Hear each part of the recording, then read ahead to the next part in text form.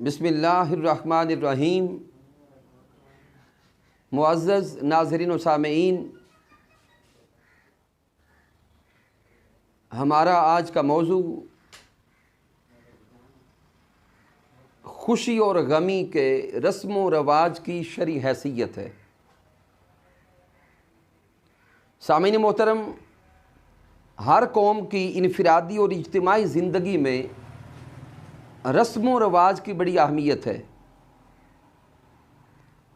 اس قوم کی تہذیب و ثقافت، اخلاق و عادات اور ذہنی رجحانات پر ان رسم و رواج کا بڑا گہرا اثر نظر آتا ہے۔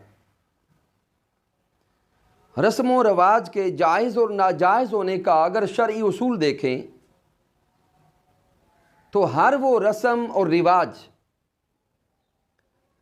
جو قرآن و سنت کی تعلیمات کے خلاف ہے وہ ناجائز ہے، اور ہر وہ رسم اور رواج جو قرآن و سنت کی تعلیمات کے خلاف نہیں اور تعلیمات اسلامیہ سے وہ ٹکراتا نہیں ہے اور تعلیمات اسلامیہ سے وہ رسم ٹکراتی نہیں ہے، تو وہ رسم ہو یا رواج ہو وہ جائز بھی ہے اور عمل مباح بھی ہے۔ مثال کے طور پہ ویلنٹائن ڈے منانا، پھر اسی طرح تیل اور مہندی کی رسم کرنا، یہ رسومات ناجائز ہیں۔ ناجائز اس لیے ہیں کہ یہ تعلیمات اسلامیہ سے ٹکرانے والی ہیں، اور دوسری طرف نکاح اور شادی کے موقع پر دلہے کا سہرا باندھنا، اسی طرح غمی کے موقع پر کلخوانی کرنا، دسواں کرنا، چہلم کرنا،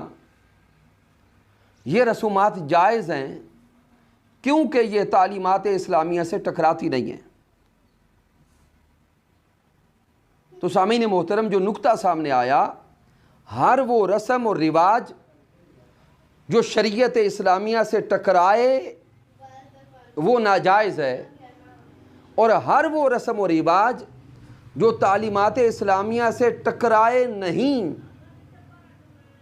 اور تعلیمات اسلامیہ سے متضاد نہ ہو وہ رسم جائز بھی ہے اور مباح بھی ہے۔ تاجدار کائنات صلی اللہ علیہ وآلہ وسلم جب اہل عرب میں تشریف لائے تو میرے آقا علیہ السلام نے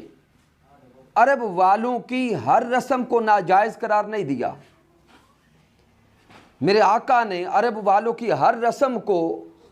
حرام قرار نہیں دیا، بلکہ تاجدار کائنات صلی اللہ علیہ وآلہ وسلم نے ہر وہ رسم جو تعلیمات اسلامیہ سے مخالف تھی اس کو منع فرما دیا، اس کو حرام قرار دے دیا، اس کو ناجائز قرار دے دیا، اور وہ رسومات جو تھیں کفار میں، مکہ والوں میں، مدینہ والوں میں پہلے سے چلی آ رہی تھی لیکن تعلیمات اسلامیہ سے وہ ٹکراتی نہیں تھی، میرے آقا نے ان کو ناجائز قرار نہیں دیا۔ مثال کے طور پہ تاجدار کائنات صلی اللہ علیہ وآلہ وسلم نے ٹوٹتے ستاروں سے اشارہ لینا اس کو ناجائز قرار دے دیا۔ میرے آقا علیہ السلام نے ماہ سفر میں بدشگونی لینا اس کو ناجائز قرار دے دیا۔ اگر کوئی چیز راستہ کاٹ جائے اس سے بدشگونی لینا اس کو ناجائز قرار دے دیا۔ جب وہی مکہ کے کفار اور مشرک لوگ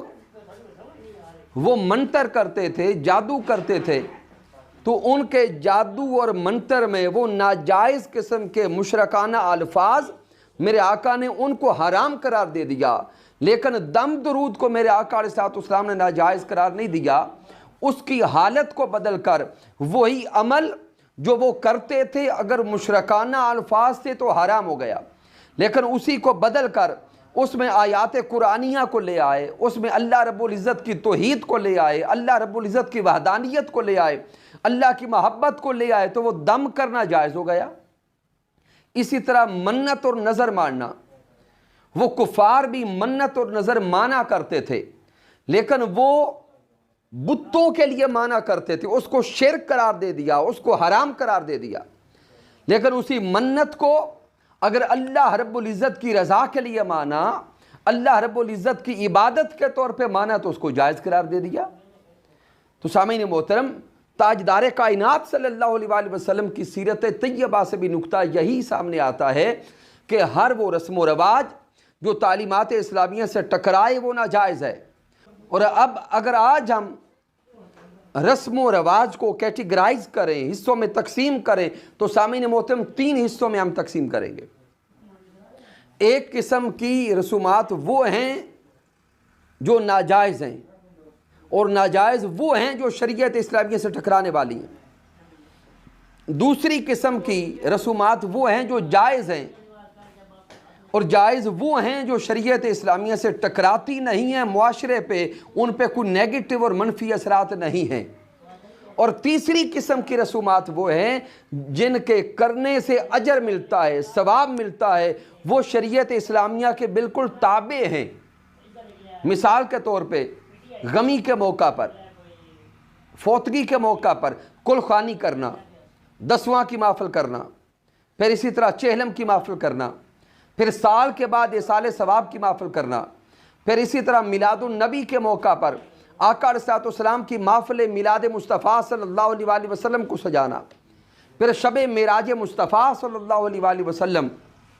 معراج مصطفیٰ صلی اللہ علیہ وآلہ وسلم کی محفل فاق کو سجانا، پھر شب برات کی رات کو اللہ رب العزت کی محبت میں رونے کے لیے محفل کو بپا کرنا۔ تو سامعین محترم، یہ ساری کی ساری چیزیں، یہ سارے کے سارے ایونٹس ہمارے معاشرے میں اب رسم کا درجہ اختیار کر چکے ہیں، لیکن ان کے اندر ہوتا کیا ہے؟ سب سے پہلے تلاوت قرآن ہوتی ہے، پھر محبوب علیہ السلام کا ذکر ہوتا ہے، پھر اللہ رب العزت کے عطا کردہ کلام مجید، قرآن مجید اور احادیث نبویہ پر ایک بیان اور خطاب ہوتا ہے،